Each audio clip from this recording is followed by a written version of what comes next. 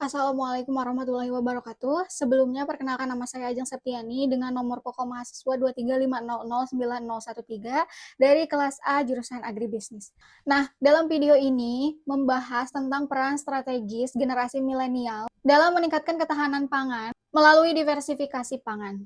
Nah, topik ini tuh sangat penting dalam mendukung visi Indonesia sebagai lumbung pangan dunia pada tahun 2045. Generasi milenial ini diharapkan mampu menjadi motor penggerak perubahan dalam sistem pangan nasional yang lebih beragam, modern, juga berkelanjutan.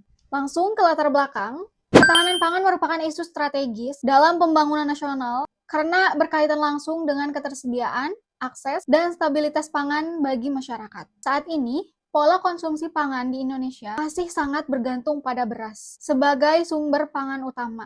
Nah, ketergantungan pada satu komoditas itu menyebabkan kerentanan pangan, terutama ketika terjadi gangguan produksi akibat perubahan iklim atau bencana alam dan fluktuasi harga.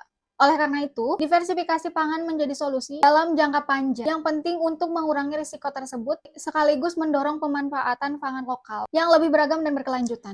Nah, diversifikasi pangan merupakan konsumsi pangan yang beragam, bergizi, dan aman dengan memanfaatkan sumber daya pangan lokal. Nah, diversifikasi ini tidak hanya bertujuan mengurangi ketergantungan pada satu jenis komoditas saja, tetapi juga berperan dalam menekan gagal panen tunggal, serta membuka peluang ekonomi baru, khususnya di wilayah pedesaan.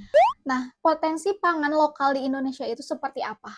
Indonesia memiliki potensi lokal yang sangat besar, seperti singkong, jagung, kentang, sagu, dan berbagai jenis umbi-umbian lainnya. Komoditas ini tidak hanya memiliki gizi saja, tetapi juga potensi ekonomi apabila diolah dan dipasarkan dengan tepat. Pemanfaatan pangan lokal secara optimal menjadi pondasi kuat bagi ketahanan pangan nasional.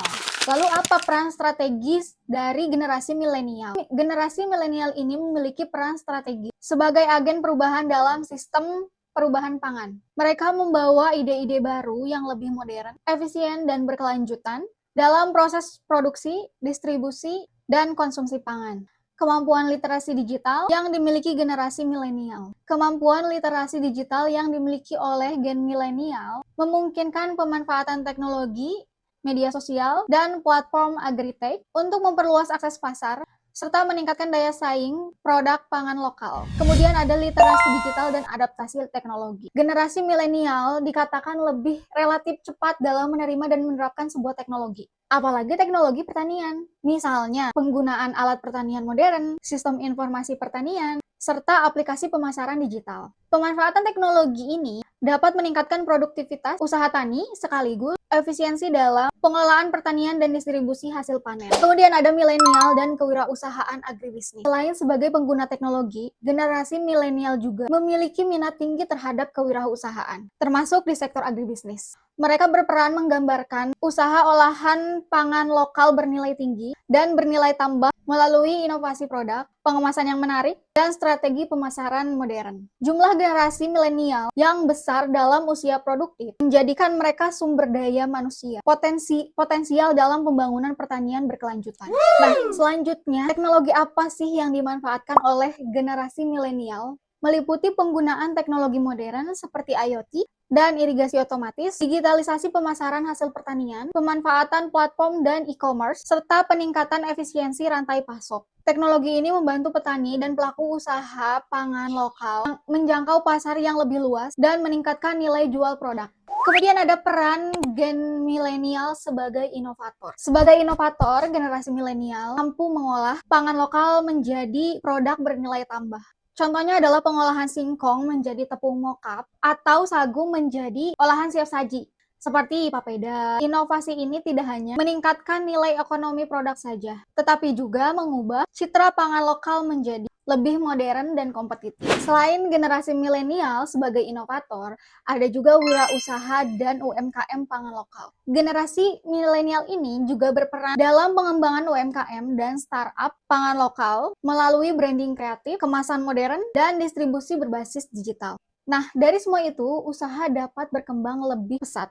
Dampaknya tidak hanya membuka lapangan pekerjaan baru, tetapi juga meningkatkan pendapatan petani dan pelaku usaha di sektor pertanian. Nah, Setelah membahas peran generasi milenial, ada juga kontribusi nyata dalam HKP 2025. Kontribusi nyata generasi milenial apa saja dalam HKP 2025? Yaitu dengan memprioritaskan pembelian produk pertanian lokal, mempromosikan produknya melalui sosial media, melakukan pendampingan teknologi sederhana, serta melakukan pencatatan dan pendokumentasian kegiatan pertanian. Upaya ini membuat rantai pasok dan mengurangi ketergantungan pada satu komoditas pangan saja. Di balik semua itu, ada tantangan yang pastinya akan dihadapi, seperti keterbatasan akses lahan dan juga permodalan, karena biasanya permodalan itu sangat dipersulit, apalagi prosedurnya. Kurangnya pengetahuan teknis pertanian, koordinasi lintas sektor yang belum optimal, serta perubahan pola konsumsi masyarakat yang membutuhkan waktu. Kemudian apa dampaknya terhadap ketahanan pangan? Peran aktif generasi milenial dalam diversifikasi pangan berdampak positif terhadap ketahanan pangan, apalagi ketahanan pangan nasional. Kenapa? Karena diversifikasi mampu mengurangi kerentanan pangan, meningkatkan kesejahteraan petani, serta mendukung sistem pangan yang lebih tangguh dan berkelanjutan. Dari semua penjelasan dari awal sampai akhir, kita berikan kesimpulan, generasi milenial memiliki peran yang sangat penting dan strategis dalam mendukung diversifikasi pangan melalui inovasi, pemanfaatan teknologi, dan pengembangan kewirausahaan di sektor pertanian dan pangan. Upaya ini sejalan dengan visi Indonesia sebagai lumbung pangan dunia 2045. Nah, untuk mewujudkannya diperlukan sinergi yang kuat antara pemerintah, sektor swasta, dan masyarakat agar diversifikasi pangan dapat memberikan manfaat nyata bagi petani dan perekonomian nasional.